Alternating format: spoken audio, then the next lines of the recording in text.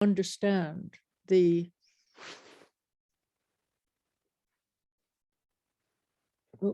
hold on, amazing skillful means that are involved in the Mahayana approach to realizing one's own nature. So as I've introduced you to the meaning of certain words, and as we go on, we will go deeper into the meaning, because when we hear these words, love, compassion, loving kindness, being a Buddhist, or whatever is talked about in the teachings, I don't think we really understand how these words are being used. So, as I said last week or the week before, Maha means great, greater. And Yana means vehicle, but not an ordinary vehicle. This is a transformative vehicle. It changes the way we see life. And the emphasis in this particular vehicle is to realize what is called absolute bodhicitta and relative bodhicitta. And last week I introduced you to the meaning or the definition of bodhi. Bodhi means awakened, and citta means consciousness or cognitive mind. So we're really beginning to understand ultimate bodhicitta, which is the awakened state itself, and relative bodhicitta is because we have an idea of self, we are still self-centered in our approach to life, then of course we're going to relate to everything other than self. And so we're going to utilize our dualistic view of the world, self and other than self, as the path itself to realizing what is ultimate bodhicitta, which is the awakened mind, which is the union of compassion, which we're going to look at today, and maitri, which is loving kindness. And also today we're going to look at this Buddhist definition of the word love, because it's quite different than our understanding of the word love. So I think we need to have a clear definition of some of the words that we hear over and over again when we study the Mahayana, the greater path to enlightenment. It's greater in the sense when we compare it to Theravada or Hinayana, which is the original teachings of the Buddha, that was more focused on self-liberation. Now, with the Mahayana vehicle, the greater vehicle, now we emphasize our relationship with others as the path itself to liberation. All right, kind of.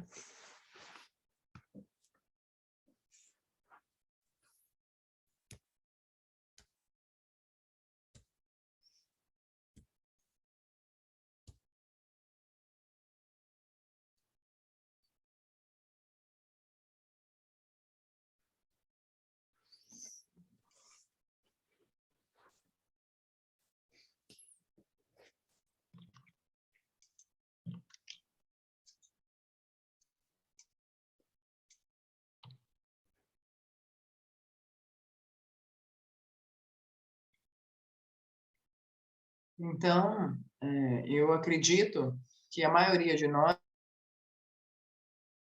muito bem, os meios habilidosos envolvidos na realidade, na abordagem Mahayana, para que nós possamos realizar a nossa própria natureza, perceber a nossa própria natureza.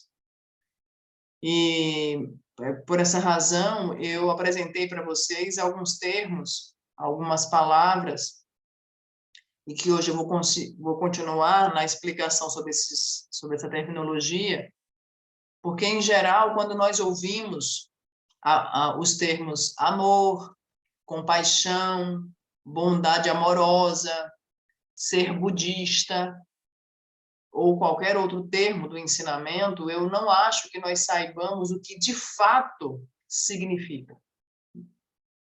Como eu mencionei anteriormente, Mahayana, Maha é grande e Yana é veículo, mas não é qualquer veículo, não é um veículo ordinário, não é um veículo comum, é um veículo transformativo, é um veículo que muda o nosso modo de ver a vida, porque a ênfase se coloca em perceber o que é tanto a chamada de bodhicitta absoluta, como o que é chamado de bodhicitta relativa.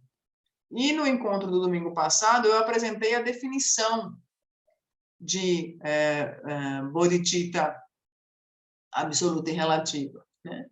Bodhi significa desperto, acordado. E citta significa consciência, ou mente cognitiva. E quando tratamos de bodhicitta absoluta, tratamos da mente desperta, daquela que não tem a visão dualista. Quando nós tratamos da bodhicitta relativa, a bodhicitta, essa relatividade, ela vem porque nós somos autocentrados na nossa vida. E nós vemos que há um eu aqui e todo o demais é um outro além do eu. E assim criamos uma visão dualista. A bodhicitta relativa, a grande característica dela é ter essa visão dualista. E quando nós avançamos para a bodhicitta absoluta, há a união entre mente desperta, compaixão, Maitri, que é a bondade amorosa, e a visão budista de amor, que é um elemento que tem o amor, a definição de amor é algo muito diferente dessa definição comum que hoje nós temos do amor. Então, nós precisamos ter a clareza a respeito desses termos, né, do Mahayana, esse termo, né, do mais elevado veículo. E quando se fala de Maha, né, que é o maior, o grande, o mais elevado, ele é Maha comparado com o Theravada, porque no Hinayana, nesses conhecimentos originais, né, do Buda, no Hinayana a ênfase está mais preocupada com a autoliberação. Por sua vez, no Mahayana, se coloca como maior, porque ele é mais expandido. Ele está mais relacionado com os outros e com a liberação dos outros como parte do nosso próprio caminho espiritual de liberação. That's it, Tony. Okay, so I'm going to go over a little bit of what I talked about last week, just a little, because I'm sure you don't remember what I said last week. Most people don't remember. What goes in one ear goes out the other. So it's good, when you hear teachings, you need to hear them many times, not just once, but many times, because the first time we hear them, we hardly hear anything at all. But with repetition, then slowly these words kind of sink down. It gives us time to assimilate. As I say, we need the 3 steps of the path. We need to be able to hear the teachings. That's the first step. Most of us can't even hear because we're so distracted that we can't hear what's being said. And because we can't retain the information that we hear, then it's very hard to contemplate the teachings.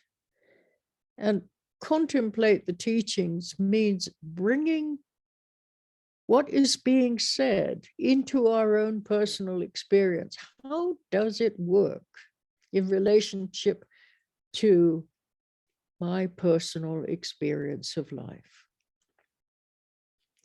And then that gives us a deeper understanding of what's being said, experiential understanding. And then on that basis, then we practice. Now, again, the word practice is open to definition. The way that I is familiarization. Becoming familiar with the ideas that are being introduced until they become naturally part of the way we see life. And that is what is meant by realization. So always there's 3 stages when we come to listening to the teachings. First, we have to be able to hear them without distraction, otherwise we miss most of what's being said. And then, depending on what we have heard, what we have maintained in our mind, only then we can contemplate what's being said, which means bringing it into our own experience. How does that work in relationship to my life, in relationship to the way that I see life? And then we get more confidence in the teachings when we've applied it to our own experience. And then on that basis, then we practice. And practice in many cases means repetition. We think about this again. We do it again. That's why, when we come to practices, we may be advised to do the practice every day. Why? Because with repetition, then slowly we get a more profound, a more direct understanding. We have more confidence in what is being said because it applies to our own experience. So not only intellectual confidence, but experiential confidence is so important. And hearing these teachings once is not enough. I guarantee if I ask you what I said last week, I doubt if you could remember without looking at some notes or whatever. All right, so consider this.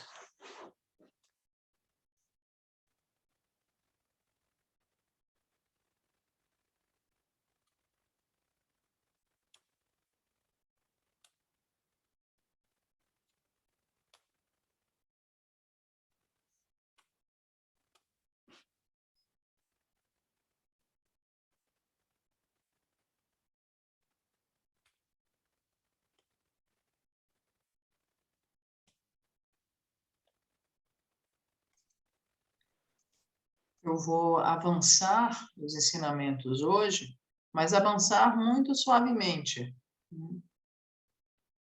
Porque eu sei que, se eu perguntar para vocês o que foi estudado no domingo passado, provavelmente vocês não vão se lembrar, né?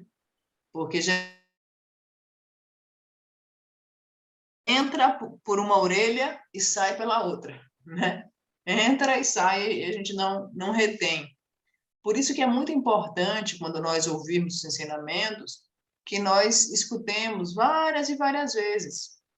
Porque, de fato, nas primeiras vezes, nós não ouvimos, nós não retemos, nós nos distraímos, nos perdemos.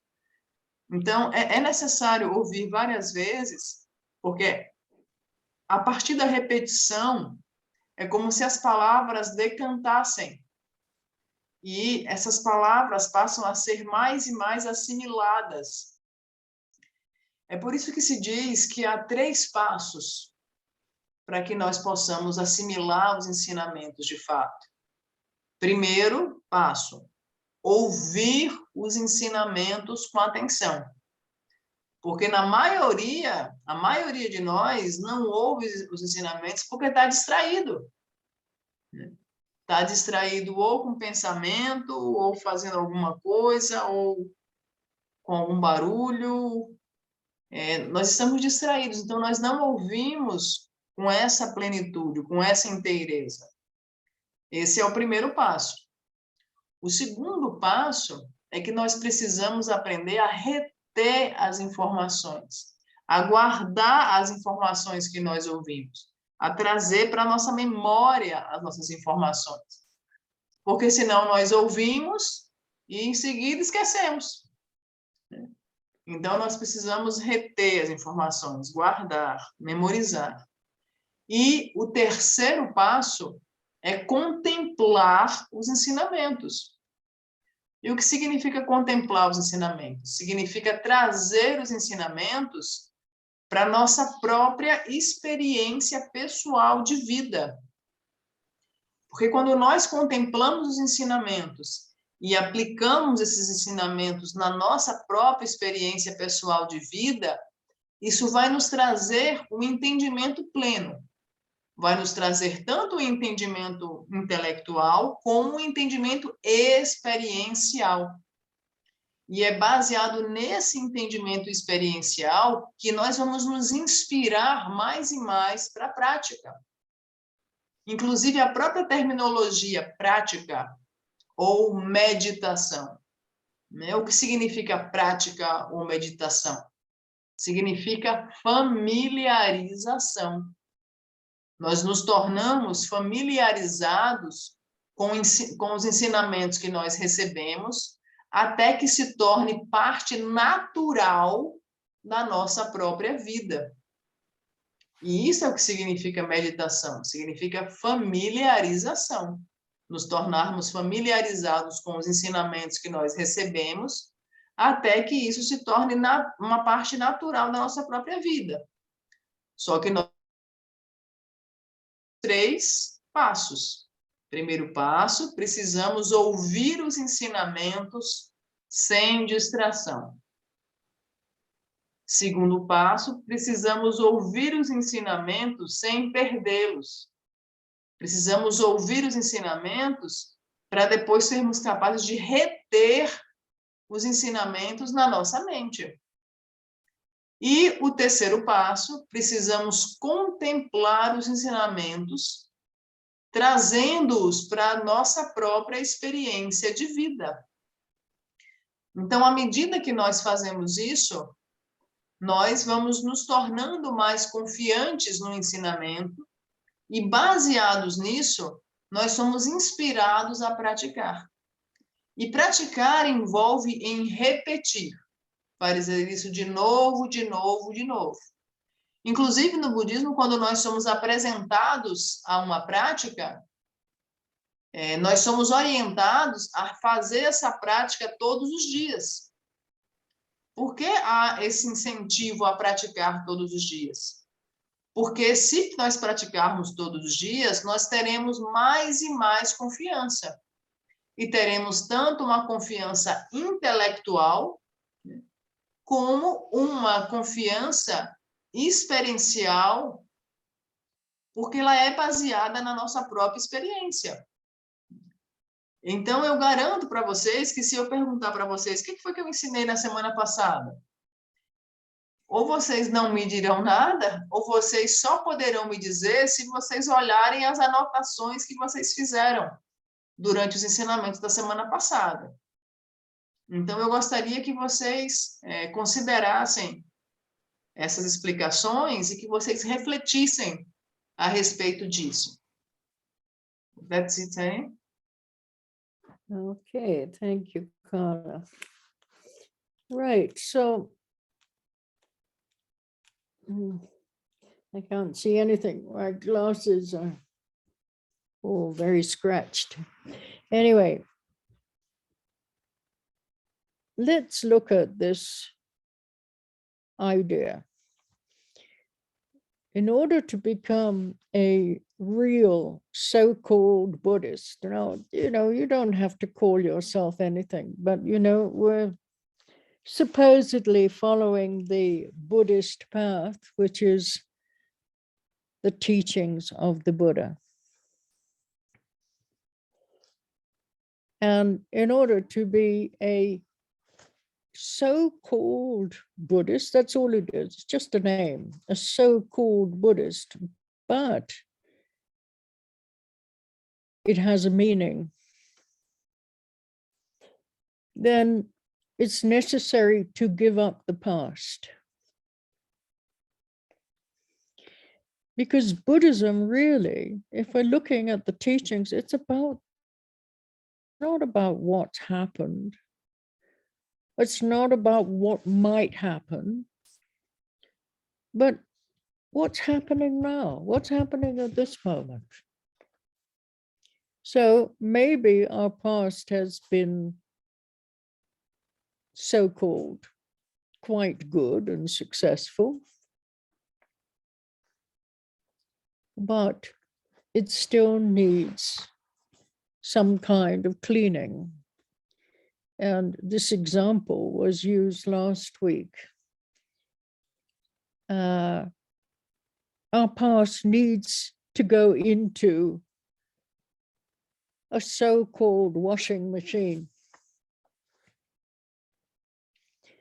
so it can come out as good as the present. Because we all have different imprints that are left in our consciousness from past experiences, and they condition the way that we see the present. We don't come into each moment fresh, open. We come with a lot of psychological baggage, which comes from our past experiences and what kind of imprints they've left on our consciousness, some positive and some negative, but it doesn't allow us to be fully in the present. And that is what we do, when we use our clothes, which we've worn in the past. Then we put them in a washing machine and they come out clean in the present. So then they're wearable in the future. So I think that's a good example that's used here. So bodhicitta has to be discovered and realized.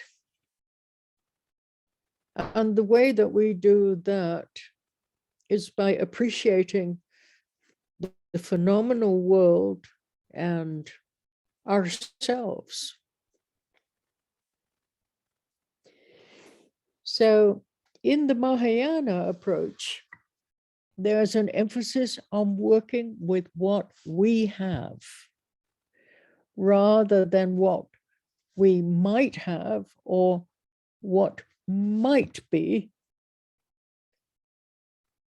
So then we become more softened rather than being a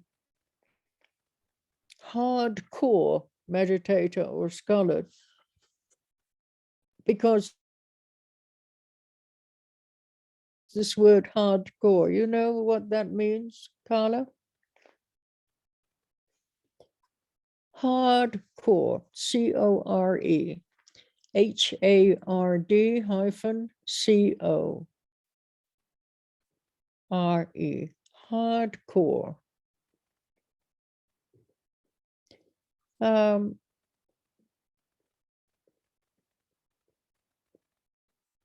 When you're a hardcore practitioner, then you believe, usually you believe what you think is right. And then you're not open to any new information or experience other than our own or their own. So then there's a tendency towards dogmatism. It might be even a small tendency, but it causes an obstacle to developing bodhicitta. So what happens in the Mahayana approach, it brings greater vision and greater action.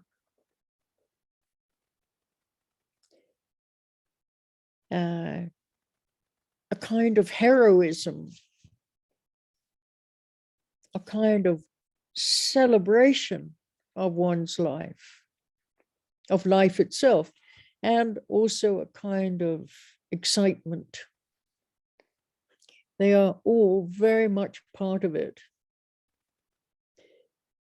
And then what happens is you begin to like the world around you. You begin to like your environment because you become more aware of activities and phenomena that may be arising during your meditation.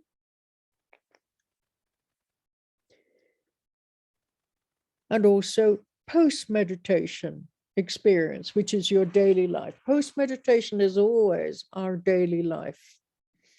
And meditation, when we say meditation, that's more about formal practice.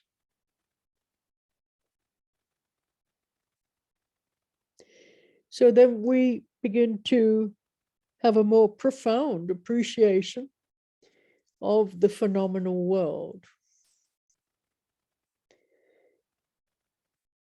We begin to like our environment. And even though we might be quite egoless, we begin to like ourselves too. So the appreciation of the world outside, consider appreciation of the world outside is compassion. And appreciation of ourselves is maitri. And unless we have these two aspects working together, compassion and maitri, then we're really not going anywhere on this path. These are like the two wings of a bird. The bird wants to fly, it needs two wings, otherwise it doesn't go anywhere. It goes, if one wing doesn't take you anywhere, you go around in circles. But with two wings, you can actually progress along this kind of path. All right, kind of.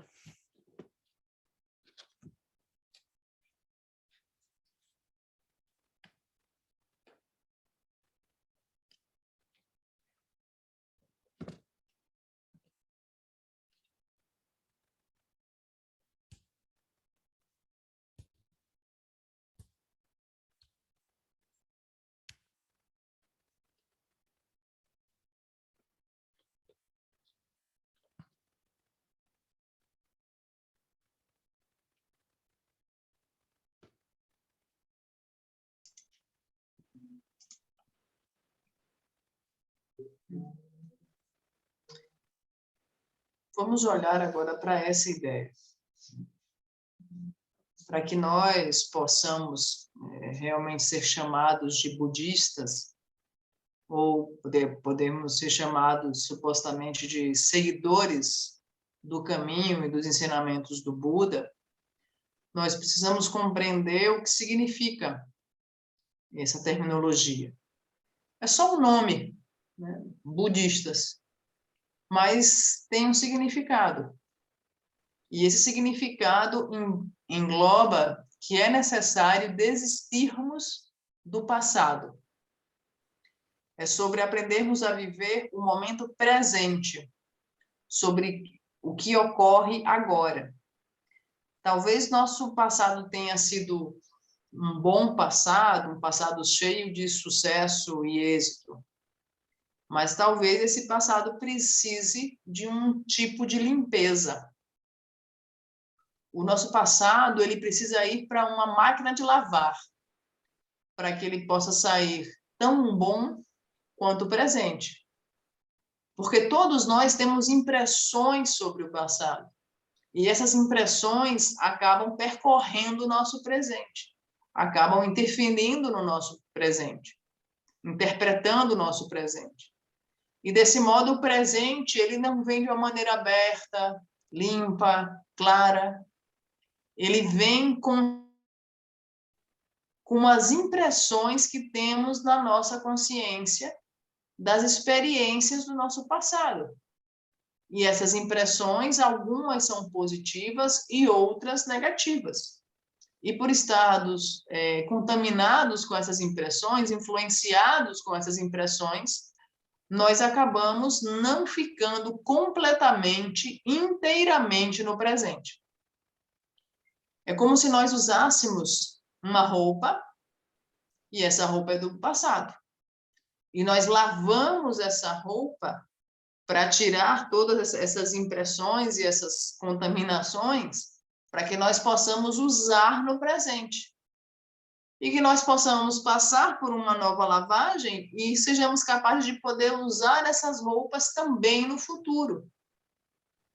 Então, é por isso que se diz que para que sejamos budistas, significa nós desistirmos do passado e desistirmos de todas essas impressões que nós temos sobre o passado.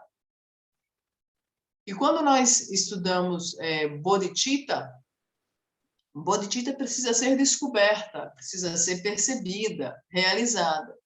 E você pode descobrir e perceber bodhicitta observando o mundo dos fenômenos e nós mesmos. No Mahayana, se trabalha muito mais com o que nós temos e não com o que nós poderíamos ter ou com o que nós poderíamos ser. E quando se fala que existem budistas hardcore, que são budistas incondicionais, intensos, exagerados, fanáticos, esses budistas hardcore, eles são fanáticos, intensos, eles são maculados com o dogmatismo, o apego excessivo a dogmas, sem reflexão. E quando há esse excesso de dogmatismo, há um congelamento, né?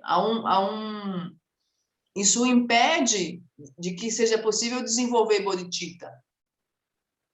E o que ocorre no Mahayana é trazer essa grande visão e trazer a grande ação. Um tipo, inclusive, de heroísmo, um tipo de celebração da vida em si mesma. E isso gera um tipo de empolgação. Você começa a gostar do mundo à sua volta, do seu ambiente. E você pode começar a gostar dos fenômenos que emergem na sua meditação e que também emergem no pós-meditação. E quando nós falamos de pós-meditação aqui, o pós-meditação é a sua própria vida diária. De maneira que nós passamos a ter uma apreciação no Mahayana, né? Temos uma apreciação mundo dos fenômenos, nós passamos a começar a gostar do nosso ambiente e começamos a estar menos egóicos, sem ego. E desse modo passamos a começar a apreciar muito mais a nós mesmos. E, de maneira que essa apreciação de nós mesmos é chamada de Maitri. E Maitri, só que Maitri sozinha não nos impulsiona no nosso caminho. Maitri sempre tem que vir juntamente com compaixão. Compaixão e Maitri são como um par de asas que nos faz voar. São um par de asas que nos fazem progredir por esse tipo de caminho do Mahayana. Então, sem compaixão e Maitri juntos, sem compaixão e sem a apreciação de nós mesmos juntos, você não vai a lugar nenhum nesse tipo de caminho. That's it, Tony. So the greater vision of Mahayana, it brings tremendous energy and patience. And we're not particularly afraid of the pain of samsara.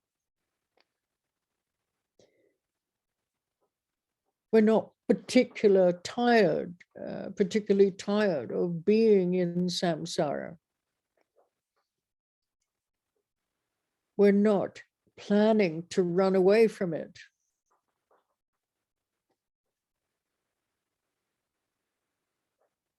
But we're not willing to sacrifice ourselves.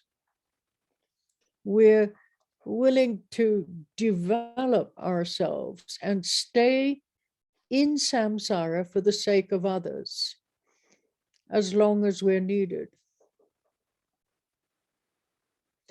And this is what gives us tremendous energy, because it's not about me. It's not motivated by our usual self-centeredness. So therefore, what happens is slowly we become fearless in developing our own strength, or putting in hard work into our path. And that kind of patience that arises, this is a sign of waking up. So on the whole, the approach of Mahayana is one of not taking time off or looking for relief from the path. You're not looking for a way to take a break or to comfort oneself by running away from the challenges that arise. You just stay put on the spot. You stay with the pain or the discomfort, and you continue to carry on with the vision and the joyfulness of waking up. All right.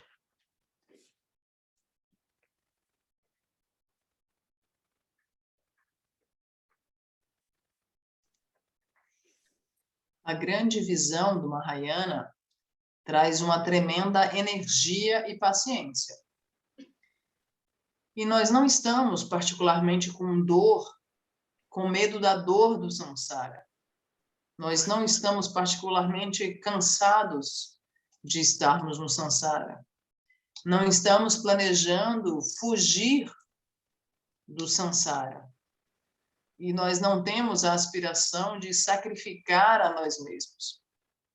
Na verdade, nós queremos ficar no sansara para que nós possamos ajudar ao máximo os demais, como nós de fato aspiramos.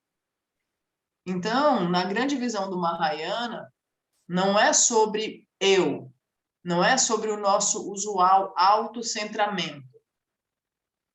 Por essa razão, consequentemente, devagarzinho, nós vamos nos tornando mais e mais destemidos, mais e mais sem medo. E mais nós desenvolvemos a nossa força, a nossa paciência, a nossa energia e somos capazes de nos dedicar a um trabalho duro. A paciência e a energia que emergem são sinais do despertar. São sinais de estarmos despertos, acordando. E à medida em que há esse desenvolvimento, nos vem um sentimento de nós não querermos perder tempo, não querermos descansar ou buscar alívio do caminho, ou tirar folga dos desafios que emergem. Nós simplesmente, qualquer desafio que emerja, conforto, nós colocamos sob o holofote.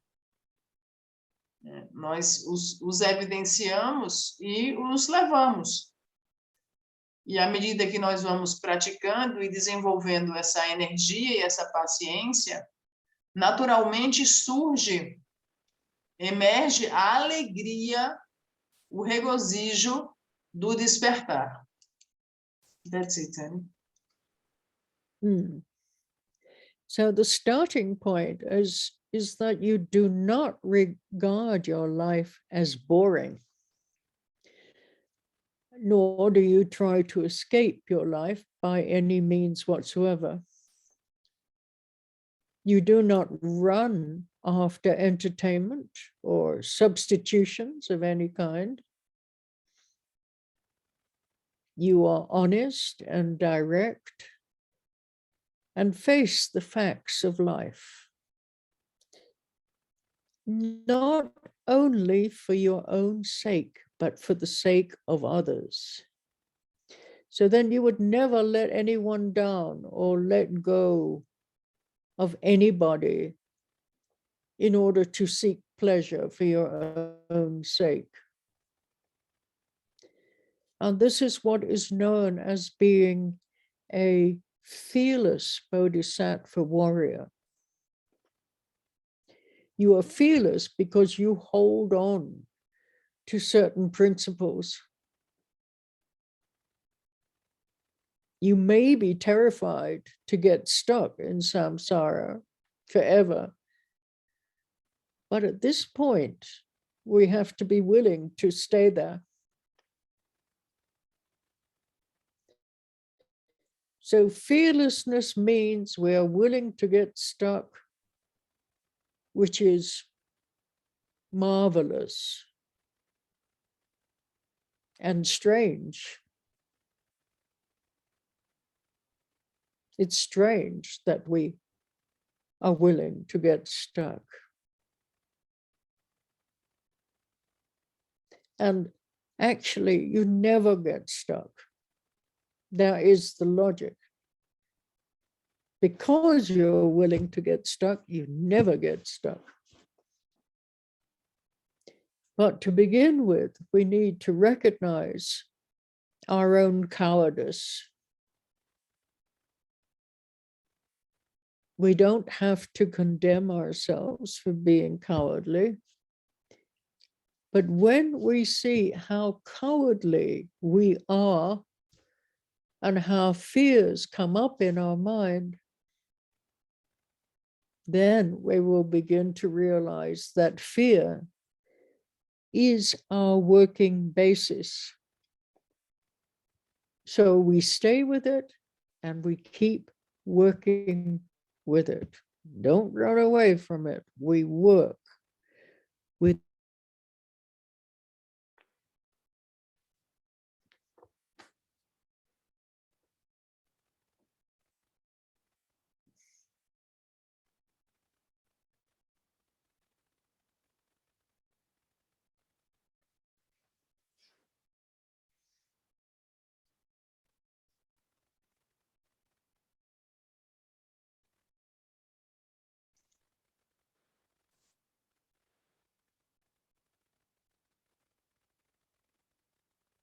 O ponto de início no Mahayana é que você não vê a sua vida como tediosa. Você não quer escapar da sua vida. Você não quer fugir da sua vida através de entretenimentos ou distrações. Você simplesmente encara os fatos da sua vida. Não só pela sua busca, não só pelos seus interesses, mas também pela busca e pelos interesses do outro. Isso é conhecido como o guerreiro bodhisattva sem medo, o guerreiro bodhisattva destemido. E você é destemido porque você é capaz de se segurar em certos sentimentos. Destemido significa que queremos ficar empacados ali. Nós não queremos fugir para lugar nenhum, nós queremos ficar ali. E é estranho querer isso, querer ficar empacado, emperrado ali. É estranho querer isso porque, na verdade, porque você quer ficar empacado, né, é que você nunca fica empacado de fato. E quando nós temos esse anseio, nós somos capazes de reconhecer a nossa covardia. Mas reconhecer a nossa covardia significa que nós não condenamos a nós mesmos, mas sim nós analisamos e observamos como a covardia e o medo emergem em nossas mentes. E nós não fugimos da covardia e do medo. Nós lidamos com esses sentimentos. Nós trabalhamos com a covardia e com o medo quando eles emergem. That's it, Annie. So the point here is that we just keep going. Shagda Rinpoche used to say over and over again, keep swimming, just keep swimming. Because if you don't keep swimming, you get swept away. But if you do keep swimming, then eventually you will reach the other side. So once you keep going, there will be messages coming to you from the universe. We can say from the universe, wherever. And these messages, they will tell you what you're doing or you're not doing. You don't need to talk to your teacher all the time, because the universe is very good at sending you messages. Even the weather can be good at giving you messages, as long as we are open. We find reference points everywhere. So once you're willing to open yourself up, to work hard and do something, then you'll find there will be feedback. You don't have to look for it. It will come if you're open. So you may get very bad feedback, negative feedback, or you may get excellent feedback. If you don't react with excitement, or how we usually may react to something that arises, but we just keep going. Don't worry about the feedback that you're getting. Don't worry about the messages that you're getting. Just keep going. Then actually, we're beginning to get somewhere on the path.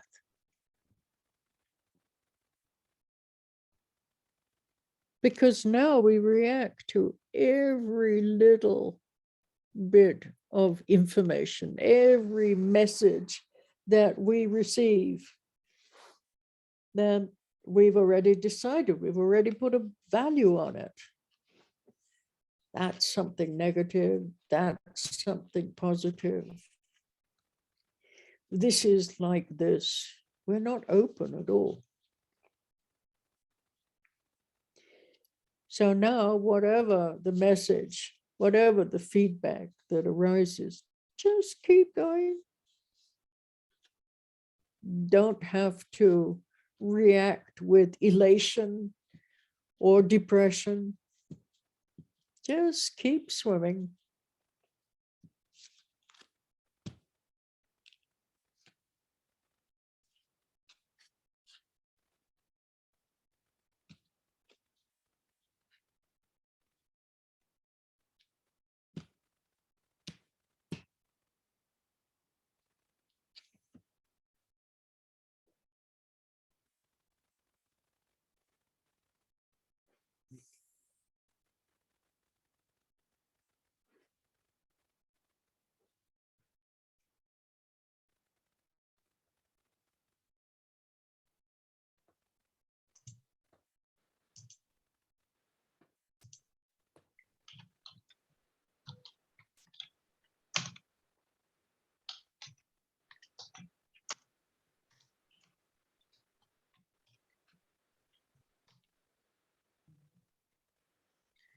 O ponto aqui é que simplesmente nós precisamos continuar. Nós precisamos prosseguir. Jagdo Rinpoche sempre dizia, continue nadando, continue nadando. Porque se você parar, você vai ser varrido para fora do caminho. E se você continuar, simplesmente continuar da maneira que for, você poderá alcançar o outro lado do rio. Então, se você prosseguir, à medida que você vai continuando, você vai receber mensagens do universo. E elas lhes dirão o que fazer e o que não fazer. E aí você não vai falar com o seu professor o tempo todo. Porque o universo, ele é muito generoso em enviar respostas. Inclusive, né, o próprio clima, o próprio tempo, o próprio céu, ele pode nos trazer mensagens. E nós precisamos simplesmente aprender a estarmos abertos. Estar aberto nos permitirá receber um feedback do universo. E você pode ter um feedback negativo ou positivo.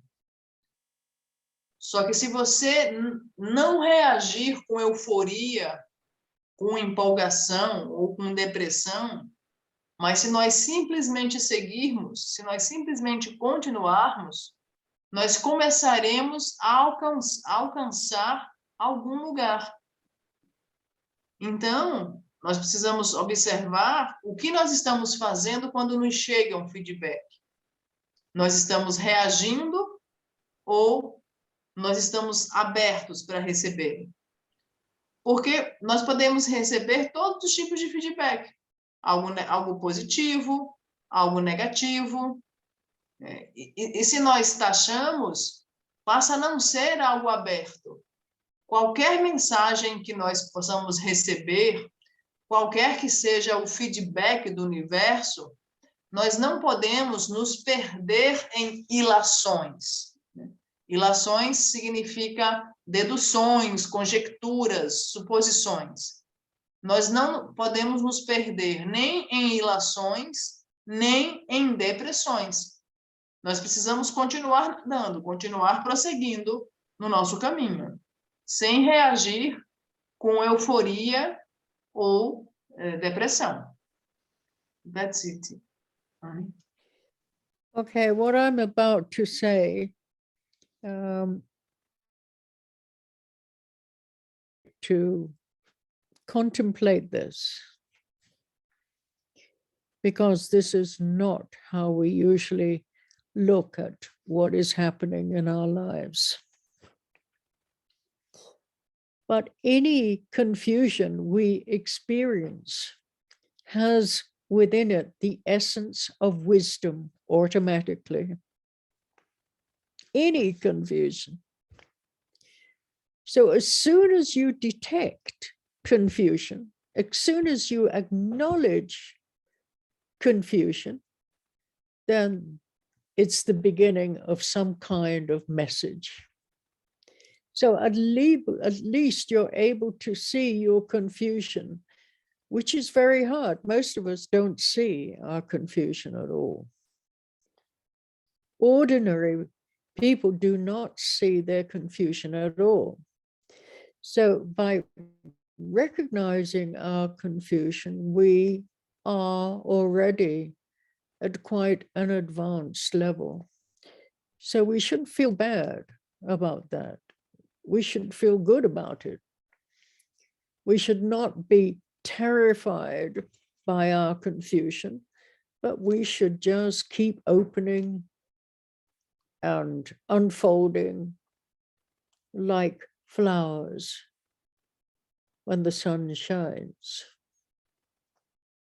Even though they are exposed to the weather or the wind and the rain, flowers still keep unfolding themselves until finally, when they bloom, they're fully open, they're at their best. So we could be like flowers, unfolding themselves until, yes, the bees come and take their honey away, and that would be fine. We should not take time off from our confusion or from our inconvenience or embarrassment of seeing that confusion. It is better not to stop, for you are about to see something. If you stop seeing. So you have to keep going. And obviously, what you may see may not be the greatest thing, but it is not necessarily the most terrible thing either. So whatever we see has its own opening and unfolding. And whatever it is, it will be a great contribution to our path. And finally, step by step, we'll become good bodhisattvas. So to understand that confusion is not something negative, especially if you recognize it. You see what's happening. You see how it's distorting your perception. And that's a sign of awakening.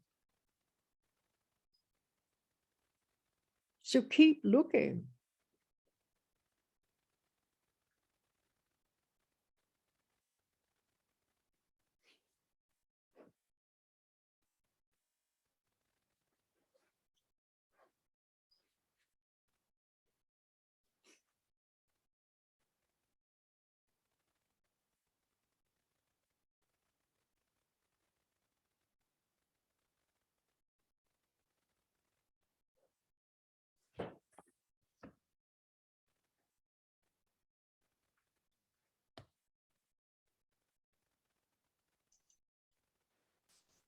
O que eu acabei de falar para vocês, eu peço que vocês contemplem tudo isso. E contemplem a necessidade de nós seguirmos no nosso caminho, né? E continuarmos nadando.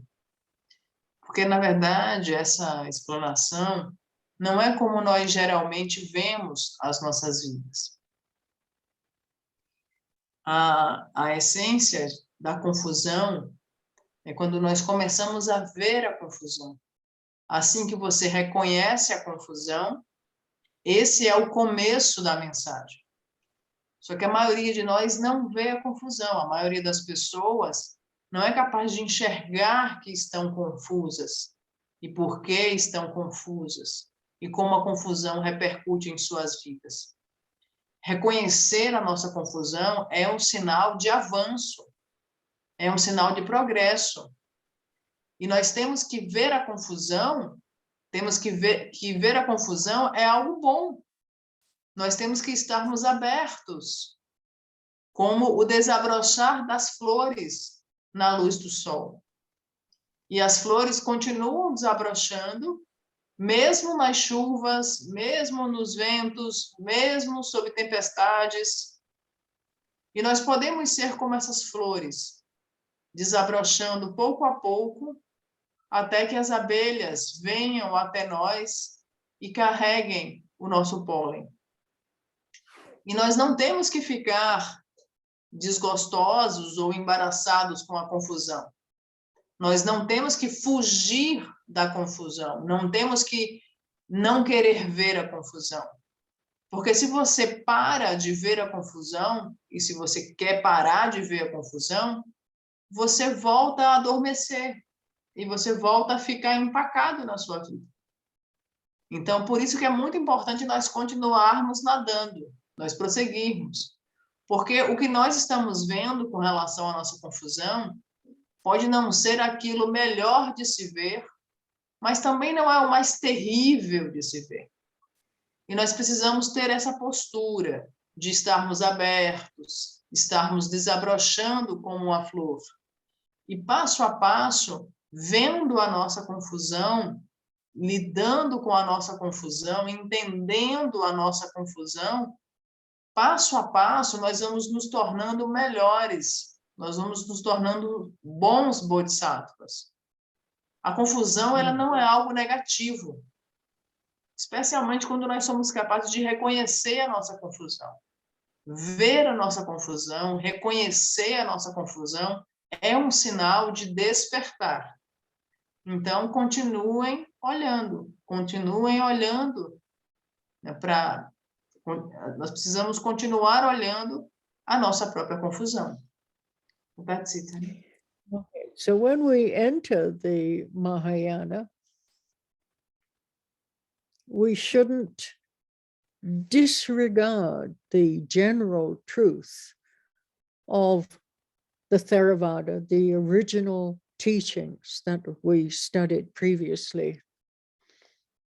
You shouldn't disregard it. You should not put those teachings down in any way. They are the original teachings of the Buddha,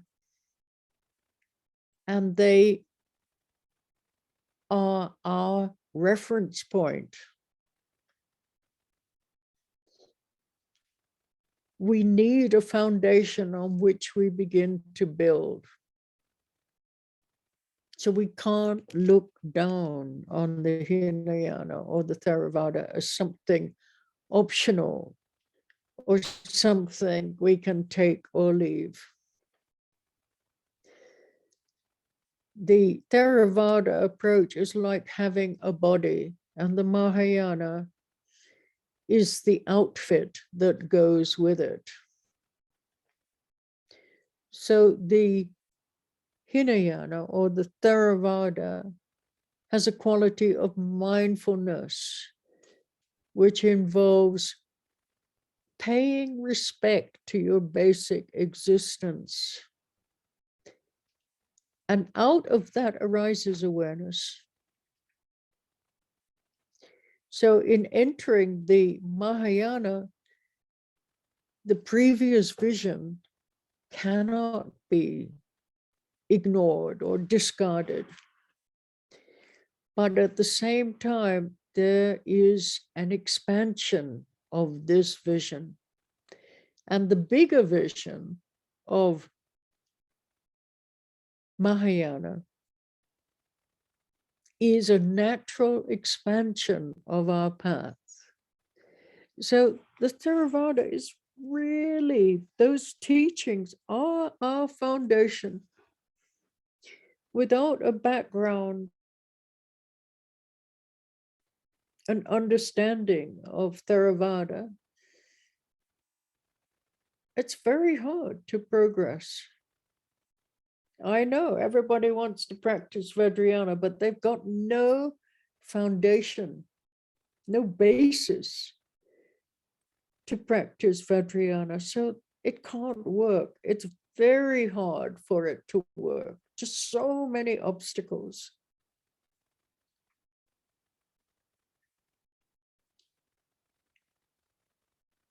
Okay, Carla.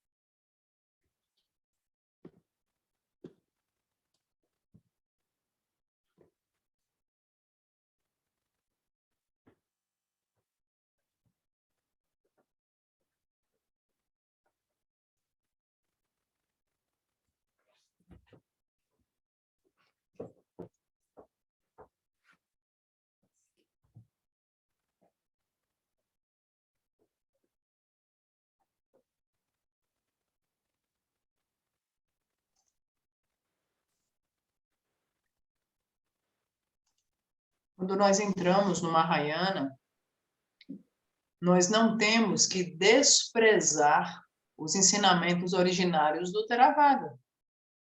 Nós não devemos colocar os ensinamentos do Theravada como algo inferior e devemos desprezar eles. Nós não devemos fazer isso, porque os ensinamentos do Theravada são os ensinamentos originários do Buda. Eles são o nosso ponto de referência. E nós precisamos de uma boa fundação sobre a qual nós possamos construir. Então, os ensinamentos do Theravada, eles não podem ser desprezados, não podem ser ignorados ou diminuídos. O Theravada, o Hinayana, ele não é um ensinamento opcional. Ele é fundamental. É como se, metaforicamente, nós pudéssemos dizer que o Theravada é como o corpo e o Mahayana são as vestimentas desse corpo. E no Theravada, nós aprendemos a respeitar plenamente a nossa existência básica. E a partir desse respeito pleno pela nossa existência básica, a partir disso emerge o estado desperto, emerge a consciência desperta. E o que nós fazemos no Mahayana é justamente essa visão do Theravada. É expandir a nossa visão do nosso caminho espiritual. Sem os ensinamentos prévios, sem o background do Theravada, sem o entendimento e a compreensão plena do Theravada, nós não teremos essa base, não teremos essa fundação. E sem essa base, não podemos praticar da melhor maneira o Vajrayana. Porque sem a base do Theravada, surgem muitos e muitos obstáculos no Vajrayana. That's it.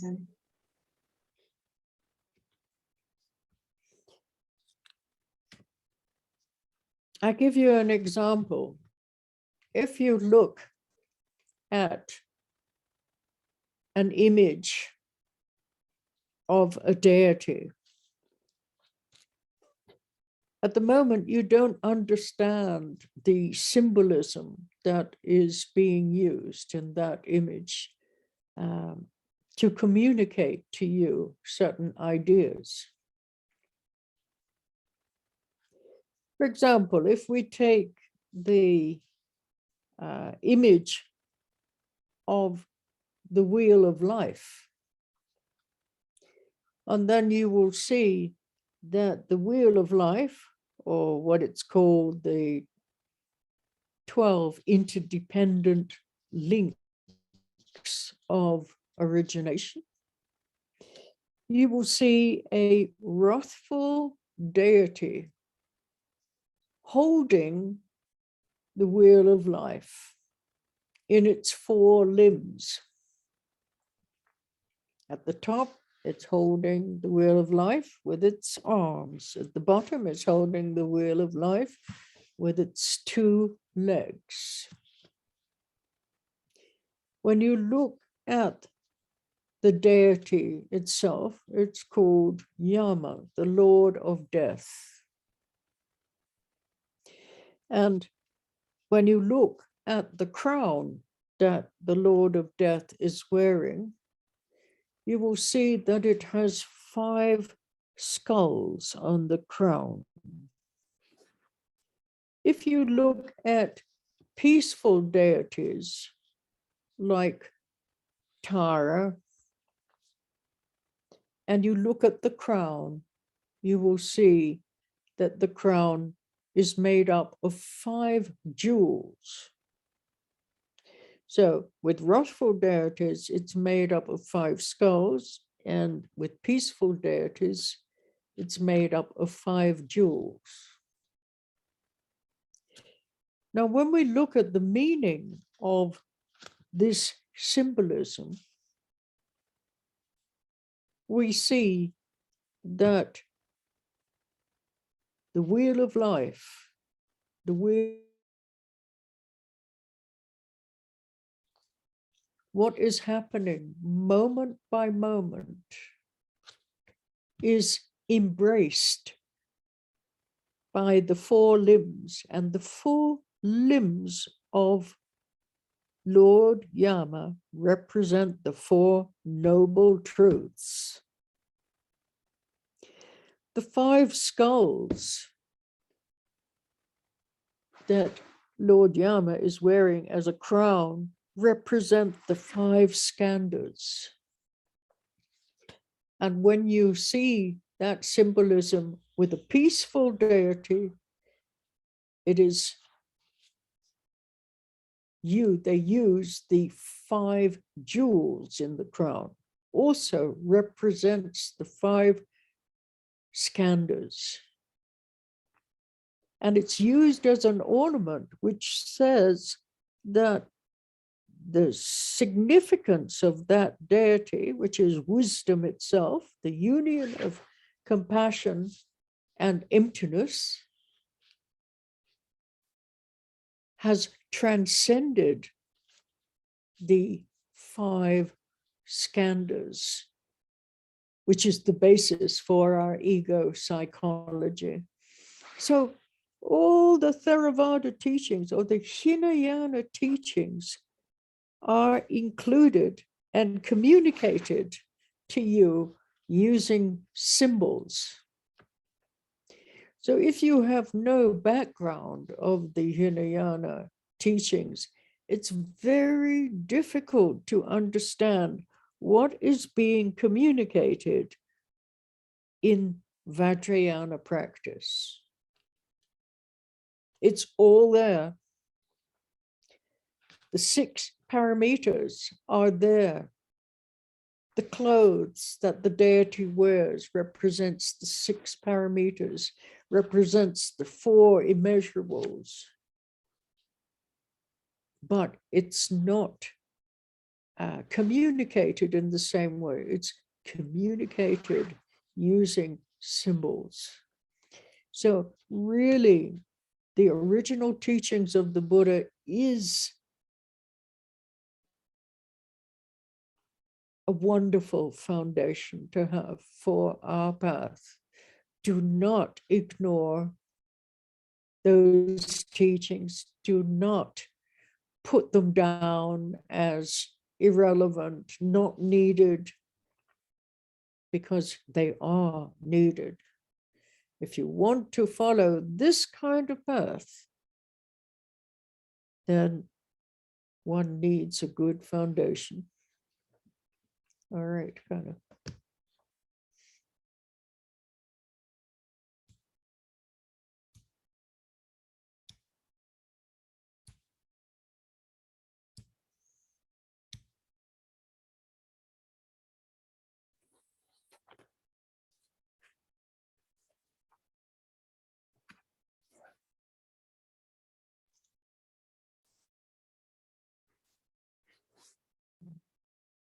Então, sem o background do Theravada, sem a compreensão do Theravada, nós não teremos uma boa fundação, não teremos uma base para que possamos praticar o Vajrayana.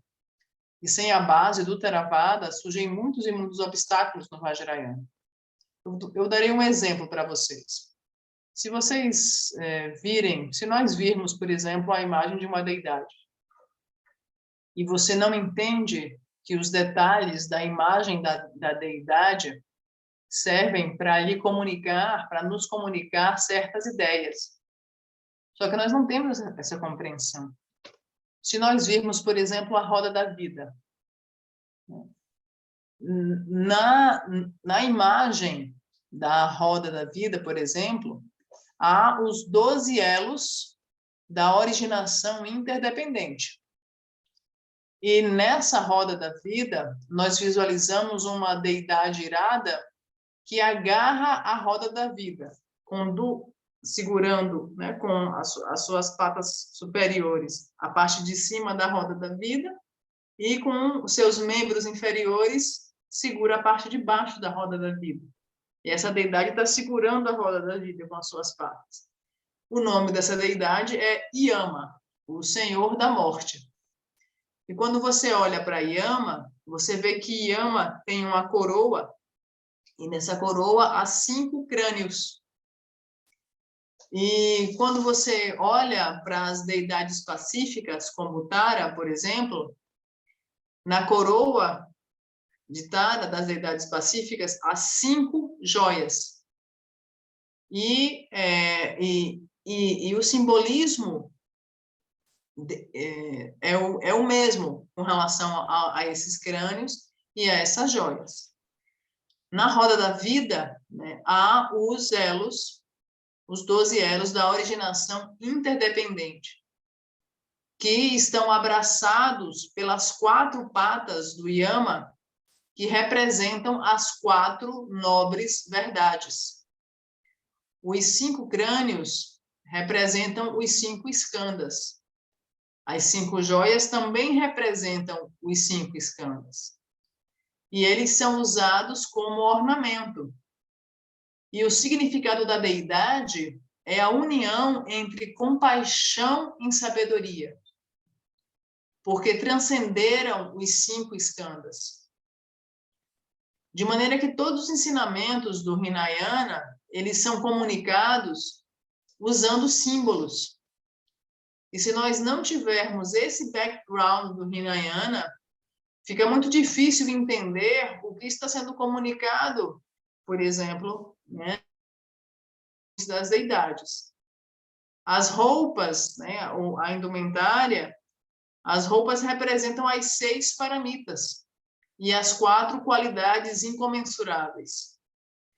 Por isso que é muito importante que nós não ignoremos os ensinamentos do Theravada, que nós não desprezemos ou os subestimemos, que nós não olhamos para eles e dizemos, isso é algo inferior, isso aí eu não preciso disso, isso não é necessário. Porque, na verdade, se você quiser seguir o caminho budista, você precisa de uma boa base, de uma boa fundação. E essa boa fundação é fornecida pelos ensinamentos e pela compreensão a respeito do budismo Theravada. That's it, Annie.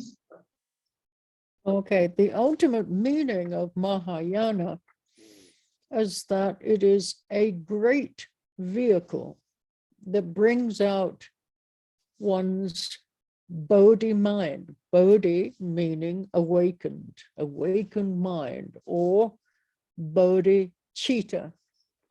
When we look at the Sanskrit word for awakened, bodhicitta, mind or consciousness or cognitive mind. Yeah. So in the application of bodhi mind, skillful means and prajna, which is transcendental knowledge, are combined.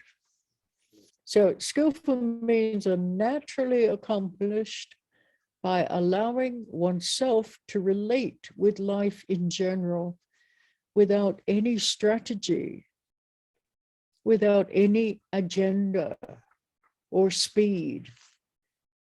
And prajna is based on developing tremendous intelligence and an intuitive, awakened state of mind. So Bodhi mind is wakefulness. And this wakefulness is not like waking up from a sleep, but this wakefulness is synonymous with total openness. So you are so awake that you cannot find who is waking up. And when you put wakefulness together with mind, it means that consciousness itself is thoroughly trained, properly trained. And that is the definition of enlightenment in one sense. You are in mind. And the two components of that is skillful means and prajna. This is what you are accomplishing with the Mahayana approach.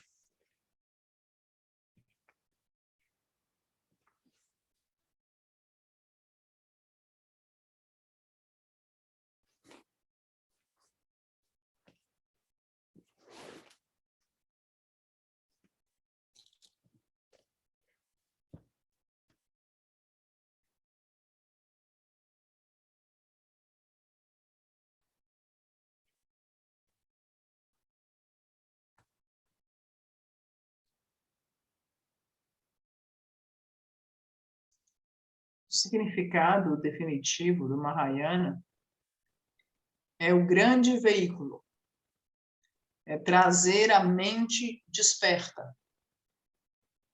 Está relacionado com a bodhicitta, que é a consciência desperta, ou a mente cognitiva.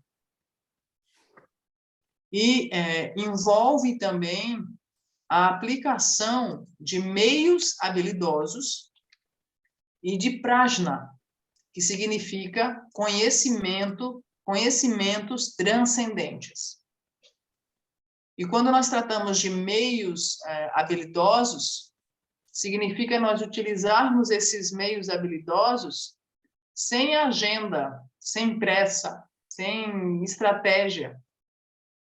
E prajna, por sua vez, envolve o conceito de inteligência tremenda, inteligência gigantesca, consciência desperta.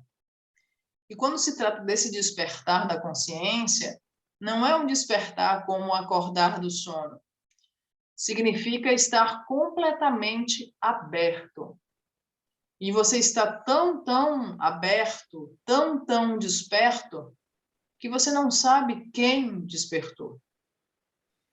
E a consciência, ela está totalmente treinada, completamente treinada. E isso significa a iluminação.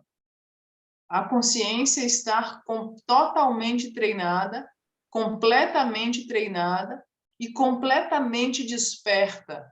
Você alcançou a mente desperta e os seus componentes, que são os meios habilidosos e prajna, conhecimentos transcendentes. E esses elementos são fundamentais na abordagem Mahayana. That's it.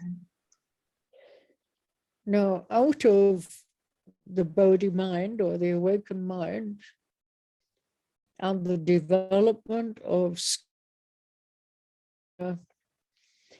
arises what is called passionlessness. Very hard to translate in Portuguese. You don't have all this lessness like we do in English. So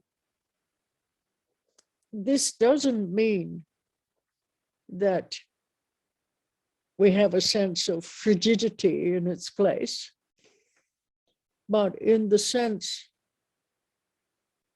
passionless means not trying to possess anything. Now, this is completely different than our Western definition of passion. So in Tibetan, passionless is said to be chakpa mepa, and chakpa means desire, wanting, or lust. And mepa means without or not. So chakpa mepa is without passion, or in English we say passionlessness, without the desire to possess anything. So passionless is necessary in order to develop loving kindness towards oneself. Please write down these definitions, because the way that the Tibetans are using words is very different than the way we use them in English or Portuguese. So then how you understand what's being said here, if you use your definition, you won't understand what's being said. But if you use the Tibetan definition, then you might have a glimpse of what is being communicated here. So passionless is necessary in order to develop loving kindness. And loving kindness is directed towards oneself. And compassion, you have to be completely passionless to work with others, towards others. So the passionate state of being, because we always want to grasp onto ourselves or others, and when you have a passionate state of mind, then you cannot allow space to develop between yourself and others. But when passionlessness takes place, then you begin to create a lot of space. And then we can afford to have loving kindness for ourselves, and we can afford to be compassionate to others, because there's lots of room, because there's lots of space. So the idea is that passion should be transmuted into compassion for oneself and others. And this is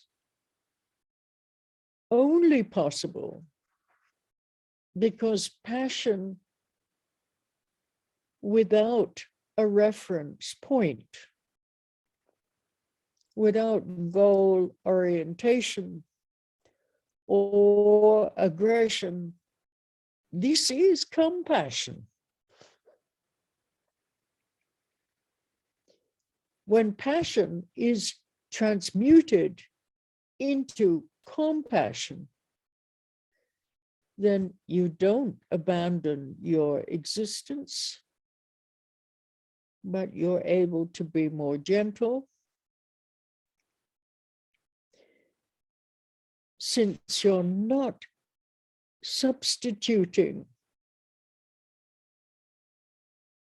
your actual self. You don't feel particularly lost.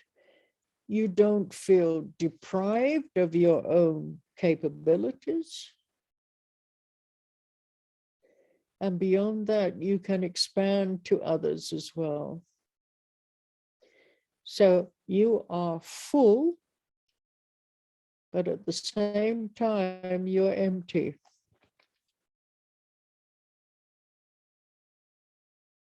So being passionless is what enables one to practice the Dharma and to quiet or calm our body, speech, and mind. It's related to the development of fearlessness and egolessness.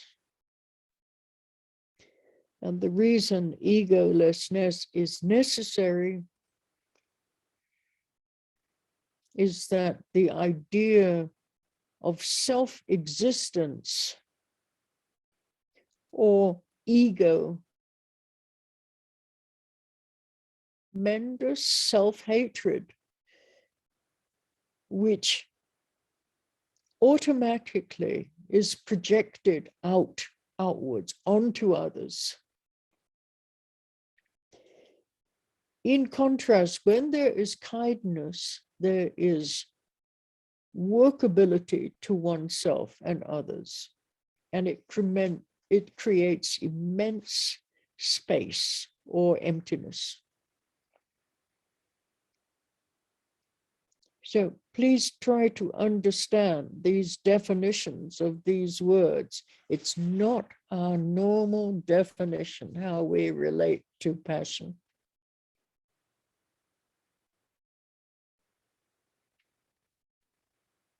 We have to know what we're working with.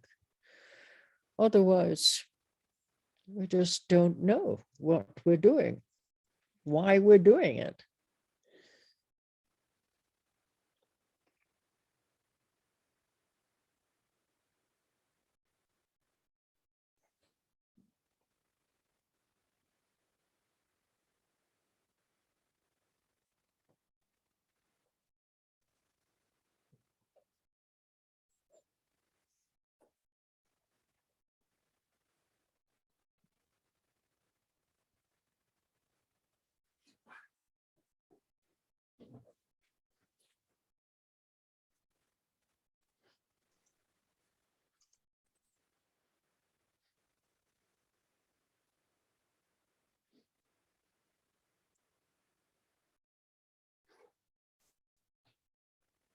Fora da mente desperta e do desenvolvimento de meios habilidosos e prajna, emerge o que nós chamamos em inglês de passionlessness. Em português, nós não temos tanto lessness, né? Só que passionless é compreendida, não é simplesmente inexistência de paixão, não é um senso de indiferença. Passionless é completamente diferente. Significa não tentarmos possuir nada.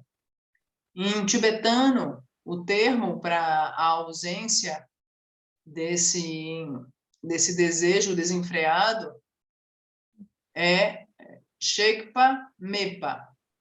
Shekpa significa luxúria, desejo, anseio. E Mepa significa sem, ausência. Shekpa Mepa significa a ausência do desejo de possuir algo. E essa ausência do desejo de possuir algo é necessária para desenvolvermos gentileza amorosa, bondade amorosa. Por favor, escrevam essas definições.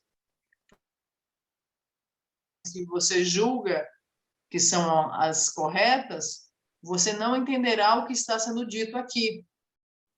Se nós usarmos a tradução tibetana, nós poderemos entender o que nós estamos estudando aqui.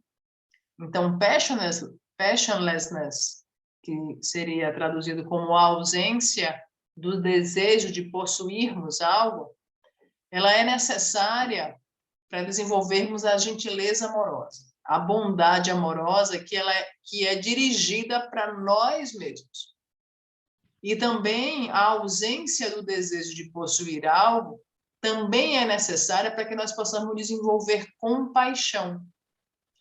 E a compaixão diz respeito a nós podermos nos relacionar e trabalhar com os outros, em direção aos outros. Então, a ausência do desejo de possuir algo se relaciona com a ausência de nós possuirmos tanto a nós mesmos como aos outros.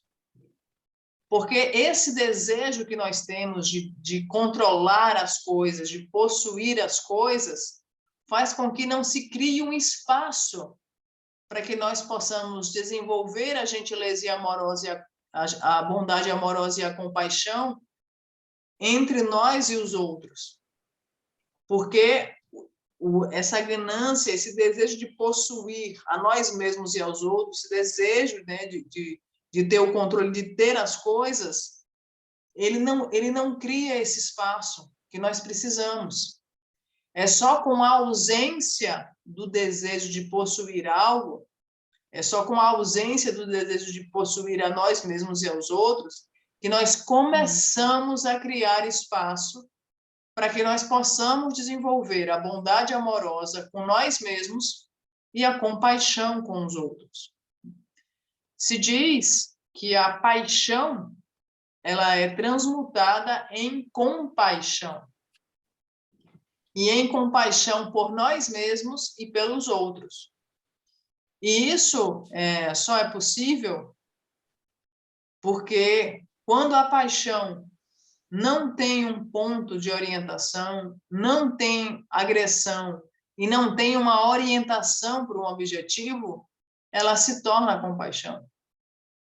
E quando a paixão é transmutada em compaixão, nós não abandonamos mais a nossa existência. E nós passamos a ser mais gentis e amorosos com nós mesmos. Nós não nos sentimos mais perdidos, nem duvidamos ou subestimamos as nossas capacidades. E quando a paixão é transmutada em compaixão, ao mesmo tempo nós nos sentimos plenos e, ao mesmo tempo, nós nos sentimos vazios. Estar sem paixão, estar sem essa ânsia de querer ter as coisas, estar sem paixão nos permite sermos capazes de assimilar, compreender e praticar o Dharma. E estar sem paixão nos permite poder acalmarmos as nossas mentes, e nos tornarmos destemidos, sem ego, sem estarmos egocentrados, sem acreditarmos na existência do ego. Porque o que o ego faz? O que esse autocentramento faz? Ele projeta ódio para o mundo fora de nós. E com esse ódio, não há criação de espaço e vacuidade entre nós e o outro. Então, estar sem essa paixão, estar sem esse desejo desenfreado de ter algo, cria muito espaço e cria vacuidade entre nós e o outro. Por favor, tentem entender essas definições. Não é uma definição comum do termo paixão. Mas sem conhecer o significado dos termos, simplesmente nós não saberemos o que nós estamos fazendo e por que nós estamos fazendo. That's it, Annie. Okay, we'll stop here today. And I would like to ask those of you who are always late, that I will start these teachings earlier next week. So we will start early, and then we will have a meditation at the end. If there's time, we'll have a meditation session at the end of the teachings next week. So please try and make an effort to join us at 5:15, the latest. And then it's not so difficult to follow what you may have missed. And if you have questions, then please write them down so